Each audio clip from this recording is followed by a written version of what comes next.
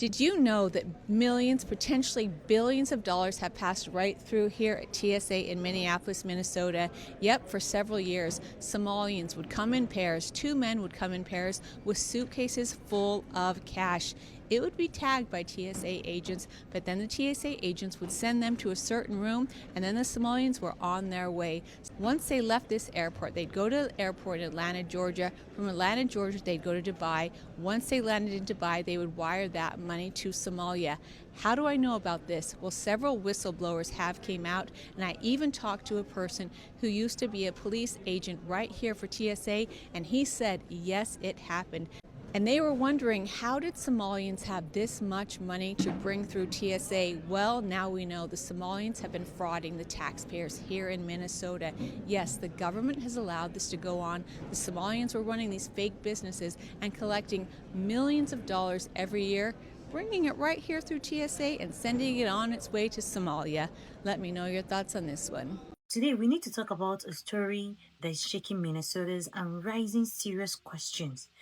Several Somali citizens were reported stopped at Minneapolis airport carrying a huge sum of cash money far beyond what's legally allowed without declaring it. Now, to the people involved, let's be honest, how did this happen? Were you aware of the rules? Carrying that amount of money without declaration is going to raise questions whether you like it or not. It's not just about legality. It's about trust, responsibility, and accountability. Let's see more video clips concerning this. Credit to all creators in this video. Let's chat. The Somalians were bringing $1 million a day out of the country for 2 years. For 2 years out of the Minnesota International Airport. $1 million a day. So they brought out $700 million in 2 years out of this country, and no one stopped them. They saw it. I guess TSA and them saw it. No one stopped them. I have no idea what was said and how they ended up doing that, but they ended up doing it somehow. I have no clue. I'm going to tell you a story, all right? I went to the Bahamas, went to Atlantis. I brought some cash with me. Ended up winning some money down there at Atlantis. Coming back through TSA, in the Bahamas, you actually have TSA in the Bahamas, all right? Because we partner, United States partners with them.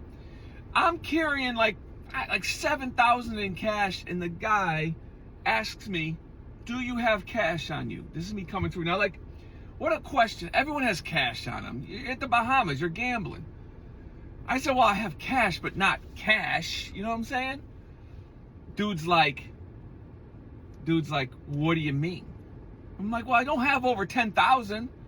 And he's like, "Well, listen, next time you got to be up front with me and tell me what's going on, because it sounds like you're bringing some cash through here when you say words like that, when you say that." I'm like, "Man, I don't know how to respond to you. You asked if I have cash, I got cash." Giving me a hard time over 7 G's. Imagine $1 million a day. Isn't it crazy to know that some people could walk through the airport with luggage filled with $700 million in cash? No issues. While the rest of us, we got to take our shoes off, we get patted down, and we got to go through that x-ray scanner just to board the plane. Make that make sense. According to multiple reports, suitcases carrying up to $1 million each were routinely moving through Minneapolis-St. Paul International Airport. And they weren't even trying to hide it. All they had to do was declare it on the little form. If I would have known that, I would have claimed the hundreds of dollars worth of lotion and makeup that I had to toss because the bottles were too big. Does this not seem ridiculous to you? Because if you follow that money, it takes you from Minneapolis to Amsterdam, then to Dubai, and after that it disappears. In total, nearly $700 million in cash left through one airport in a short period of time. That's going to make you look at people in the airport differently, no? What's more unbelievable, everyday travelers are treated like suspects while hundreds of millions of dollars in cash get treated like paperwork. Yeah, I think we know why. Now to a Saturday in America investigation. Our team has been talking to DHS officials all week, and we have learned that $700 million in cash was flown out of Minneapolis by Somali couriers in the past 2 years. That's roughly $350 million a year for 2024 and 2025. Now, to put that into perspective, that number is 10 to 1 compared to bigger airports like JFK and DFW. And we are told that they were about 3 to 4 million a year, quite a difference. But it's not just Minnesota. It's also happening in Columbus, Ohio, where officials tell us that since 2023, $136 million in bulk cash was flown from Columbus to Somalia. And now we're learning more about how the money got from Columbus to Somalia. First, bulk cash and luggage flies out of John Glenn Columbus International Airport. Then luggage lands in either Minneapolis or Atlanta before it is sent overseas. Meanwhile, these DHS sources told Saturday in America that Seattle is also seeing bulk cash transfers, although we learned it is significantly less than Minnesota and then Ohio. Now, we should note that those are the states with the largest Somali populations in the country: Minnesota, Ohio, and Washington. And the acting TSA administrator spoke on Capitol Hill explaining how they uncovered all of this. TSA did indeed report these incidents as it came across the checkpoint, because bulk cash shows up as a mass on the X-ray, and so our officers have to resolve what they can't identify on the X-ray machine. And through the course of their normal day-to-day duties, they reported that to our law enforcement partners in compliance with their standard operating procedures. I know there's an ongoing investigation with our law enforcement partners. We are part of that. For Somali-led organizations with alleged ties to the massive fraud scandal. Now, as the FBI pushes forward with its own investigation, one key question arises: what does accountability even look like in this case moving forward? So joining us now to talk about all of this and more is New York Congresswoman Claudia Tenney. Congresswoman, thanks so much for being with us tonight. Great to be on with you, too. What a crazy time we're seeing here, aren't we? Absolutely insanity. And I know oversight in the House is looking into these fraud allegations, but I wonder if it's even bigger than we have uncovered thus far. The $700 million in cash going out of the airports there. I have a feeling we are still just scratching the surface. Yeah, it looks really bad, and obviously very alarming to see that this U.S. cash has been legally going through our airports. And of course, there is a requirement of reporting if you're going to carry more than $10,000. There's a reporting requirement, but I think a really interesting part about this is isn't it going to be a little suspicious when you start seeing 10,000, 100,000, millions, and now, more, as John reported earlier, more money that goes through JFK, goes through the Minneapolis airport. Something's wrong there. And I think something that's very interesting that we impose on banks is that banks are required under banking law to require and file and keep track of what they call suspicious activity reports. This is something I think we need to do now when we see the large amounts of U.S. cash, and it's always U.S. cash. I mean, you're not going to see, Chinese yen or anything else going through there.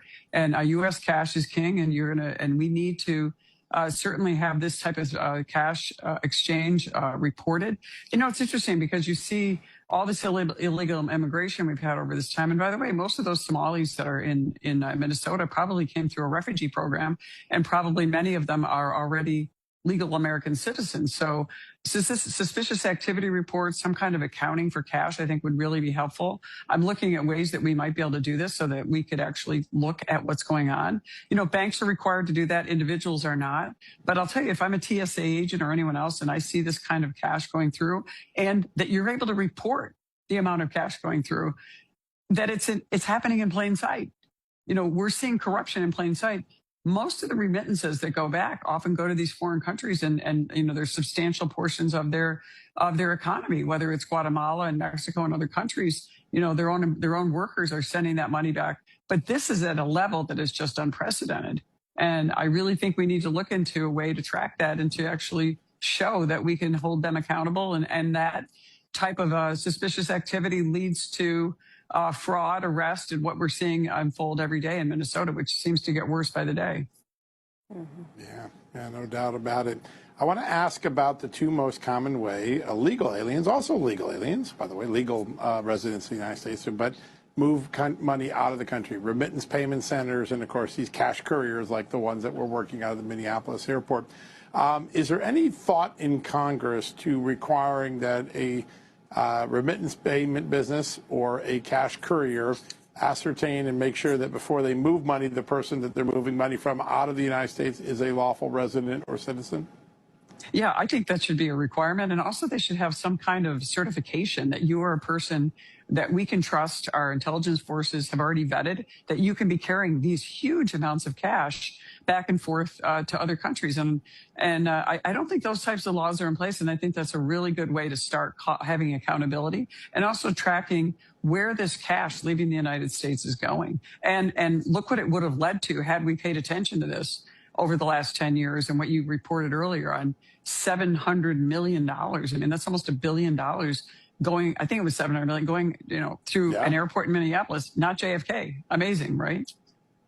Yeah. What have you found?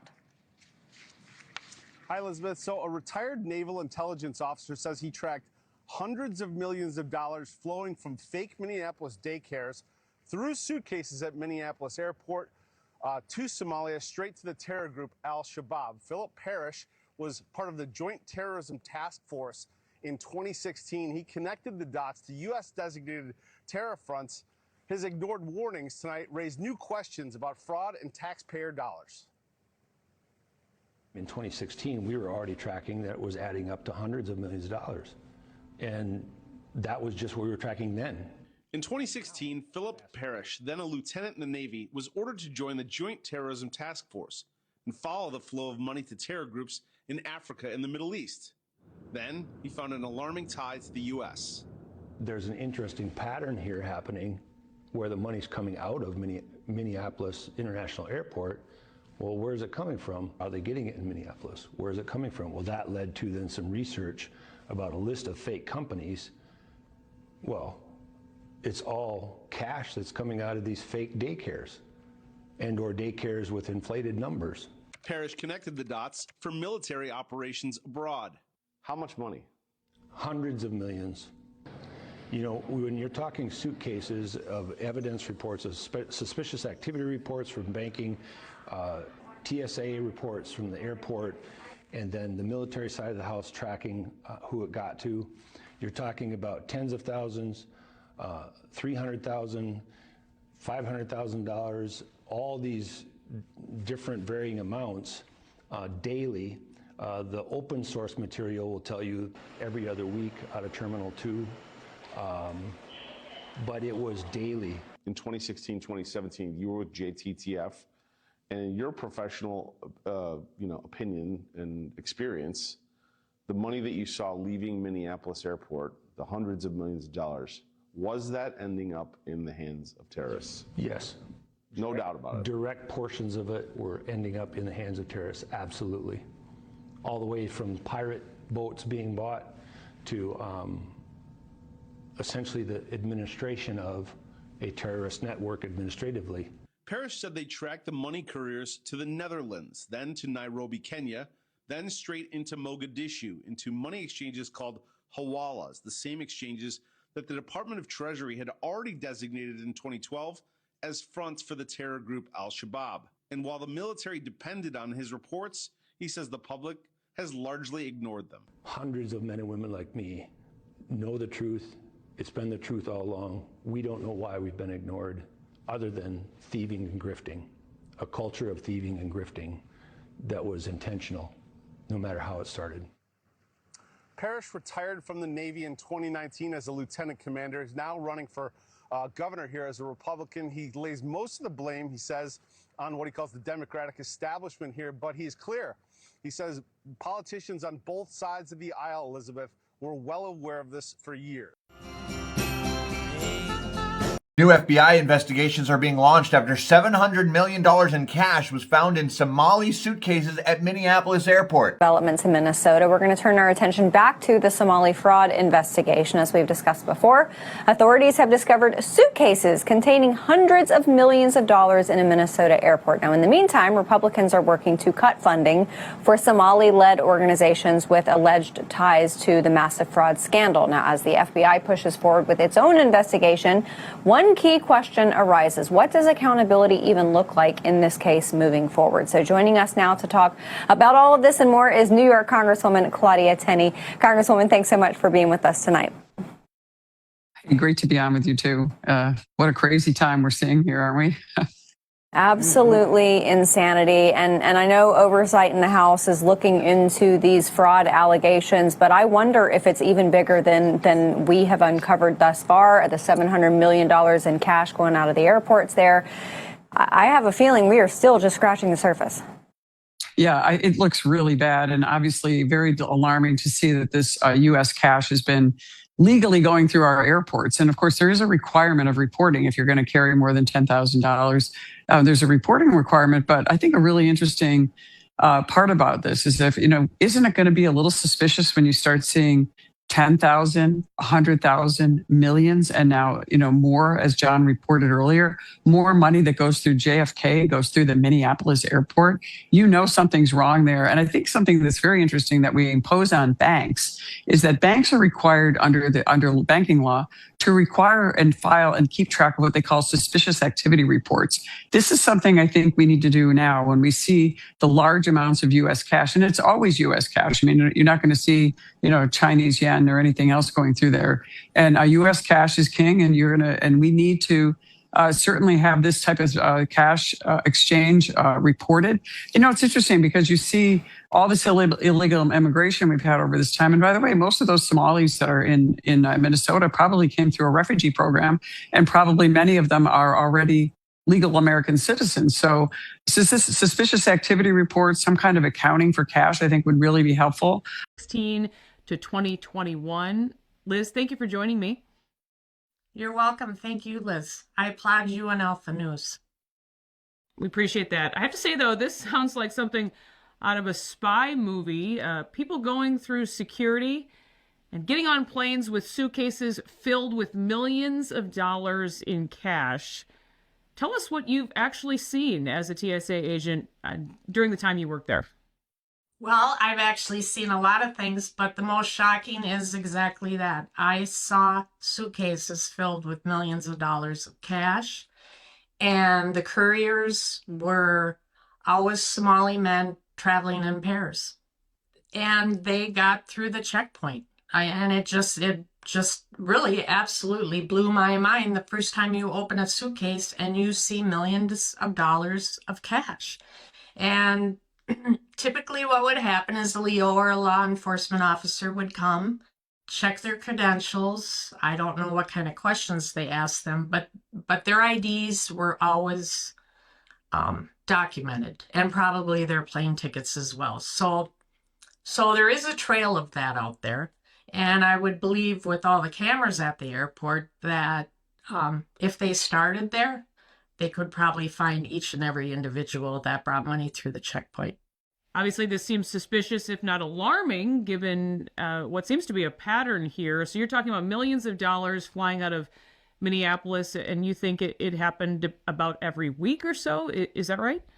So it certainly seemed like it happened every week. The suitcases came in, and it was always, the MO was always two Somalian men traveling in pairs. Sometimes they both had suitcases. And so the process was, as a TSA agent, we would pull the bag, and then we'd bring them to a private screening room. And we would open the suitcase and make sure that that's all it was stacks of cash. And a Leo would come and maybe question them and for sure take a picture of their identification, and I'm assuming their plane ticket. I'm not sure. So there is a trail out there between that. I mean, it has to be documented somewhere, and all the cameras in the airport, I would imagine if they'd like to find all this cash, they should start at the airport. Because in the 5 years I was there, I believe $1 billion went through the airport. $1 billion. As if this isn't troubling enough, Liz, it's not just money you watched leave MSP. Is that right? Yes, that is correct. There was another instance, again, a Somali man that had a carry-on luggage filled with brand new passports. And he was allowed to get through the checkpoint. So where he went with those passports is anybody's guess. This incident happened at Minneapolis Airport. Several Somali citizens were reported stopped while traveling with huge amount of money. From the reasons the person gave, said she's sending money for her family. So she's defending it that this is her money that she's sending to her family. Then why other people asked hard questions like, why risk carrying such huge amount of cash? Why not follow the rules and avoid putting yourself and your family under problems? Here is my take on it, and I really want to hear your view in the comment section. I will appreciate if you drop that. Let's chat on this particular topic, because I don't see reason why she have to carry such amount of money. Not one, not two. Lots of Somalis, and record shows that they have been taking money back to Somali for a very long time. It's not today. It had been happening years back. So the news flying now is Somali frauding America? What are they doing? Are they taking America for granted? What really is their problem? Because it's worth asking for. Whole thing and the whole news is going around everywhere. The news of Somali in money laundering, Somali's daycare frauding Americans, taxpayers. It's a lot. I really want to hear your opinion in the comments, because this is really too much to unwrap. Here is where the implication hits hard. Legally, undeclared cash can be seized, and authorities could open investigation for money laundering, fraud, or other financial crimes. Even if nothing illegal was found, the legal process itself is stressful and can affect future travel. Socially, online reactions are mixed, some defending you, but others assuming the worst. The reputation of you and the community can be affected. Personally, think about the emotional toll, the fear, the embarrassment, the stress, even the misunderstanding can have long-lasting consequences. Legally speaking, everyone entering or leaving the US with $10,000 or more in cash must declare it. Failure to do so can lead to cash seizure and potential investigation for crimes like money laundering, fraud, or tax evasion. Now, think about this from the human perspective. Imagine knowing your intentions are legitimate, but being told by the authorities that your money might be considered suspicious. Your heart race, your mind race, your family could be worried back home. That stress isn't just emotional, it can affect health. Now, let's get into the controversy. On the other hand, people see the money and think there must be wrongdoing. And Somali American communities worries about the stereotyping and unfair assumption. To those involved, here is the truth. Here is the hard truth. Actions have consequences. Carrying large sum without declaration will attract anything that you called for. Whether intentional or not, this puts you and your family or even the wider community into a microscope. Reactions are pouring online day by day, and people saying, follow the rules, declare your money. Why carry such huge amount of money? Has it been a regular thing? Have you done it before? It looks suspicious. If this video made you think, kindly like, subscribe, and drop your comments in the comment section. Let's chat. See you in my next video.